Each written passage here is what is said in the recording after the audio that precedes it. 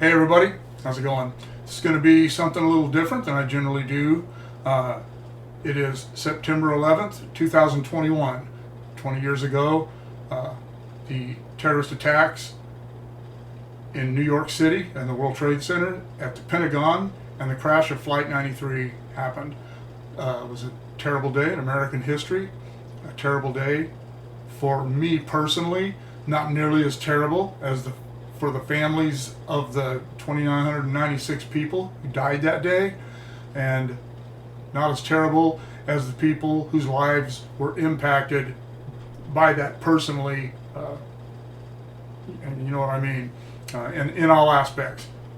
I am a dyed-in-the-wool American patriot. Nothing is going to ever make me hate this country. Nothing is ever going to make me talk badly about the nation itself.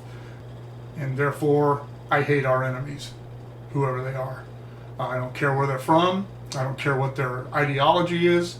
If they hate us, I hate them. And it's just the way it is. And some people don't feel that way, but I do. And September 11th, 2001 is one of those days where everybody who was in living memory knows where they were that day. They remember that. They remember exactly where they were when all this happened. Much, I'm sure, like the people who lived through December 7th, 1941. And some of those people lived through December 7th, 1941, the attacks on Pearl Harbor and the attacks on New York, the Pentagon, and Flight 93.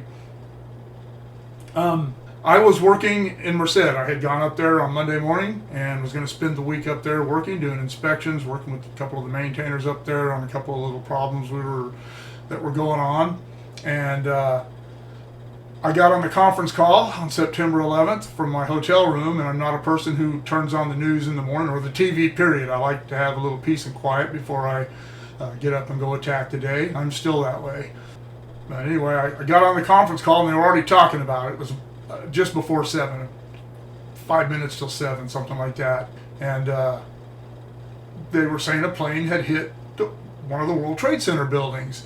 And I still didn't get up and turn the TV on. I was kind of confused. Nobody seemed to know what was going on. And everybody at that point thought maybe it was an accident. I mean, the Empire State Building had been hit by accident by a military plane. It was a B-25 bomber back in the 40s. It wasn't out of the realm of possibility that something like that had happened.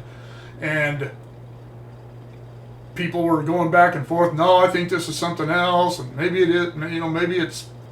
And while they were going on about that, the second plane hit the second tower. And still, I never did turn the TV on. We didn't continue with the conference call. Everybody, the boss said, "Hey, everybody, just go to your thing." And when I talked to him later, he said he really didn't want to spend the next 30 minutes with people trying to figure out what's going on. He just let everybody go do their own thing and deal with this in their own way. Although it was obvious that by now that this was no accident. And I was working with a guy that had only been working on that territory for less than a year. And I didn't know these people up there very well. I'd never worked with them much.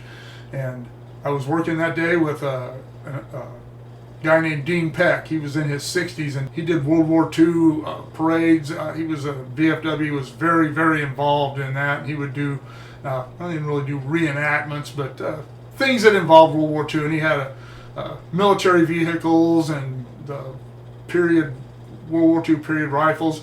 And he asked me if it would be okay if I met him at this place where he was having a couple of uniforms tailored. I said, sure.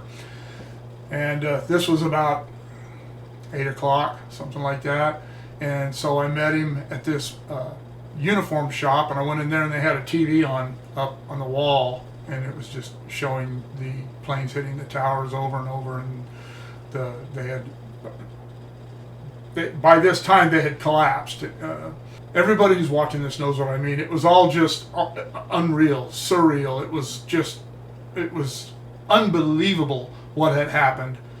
I was just shocked and Dean did his business there, and we went out to a location, the first place where we were going to work, a location called Arena up around Merced. And we got there and we got some tracking time, and we started to do an inspection and some testing, and we had been kind of discussing it, and Dean was obviously very, very distracted, and so was I. We talked about it a little bit, and still it was all really confusing. We knew that we had been attacked, but that's all we knew. And after about 10 minutes of us stumbling around, getting nothing done, I told Dean, I said, you know what, let's call it a day. I don't think we should be out here messing around where trains are. If we're so distracted, we don't need to be fouling the tracks. We need to just, we don't need to be adjusting machines or doing any of this stuff. We need to get away from the tracks and collect our thoughts. So we left, and we drove around a little bit and talked. And at that point, we were riding in the same truck, and we talked a little bit, and we went and had lunch after a while. And the TVs in that restaurant were showing the attacks over and over, and I told Dean, I said, you know what, I'm going to pack my stuff and I'm going to go home.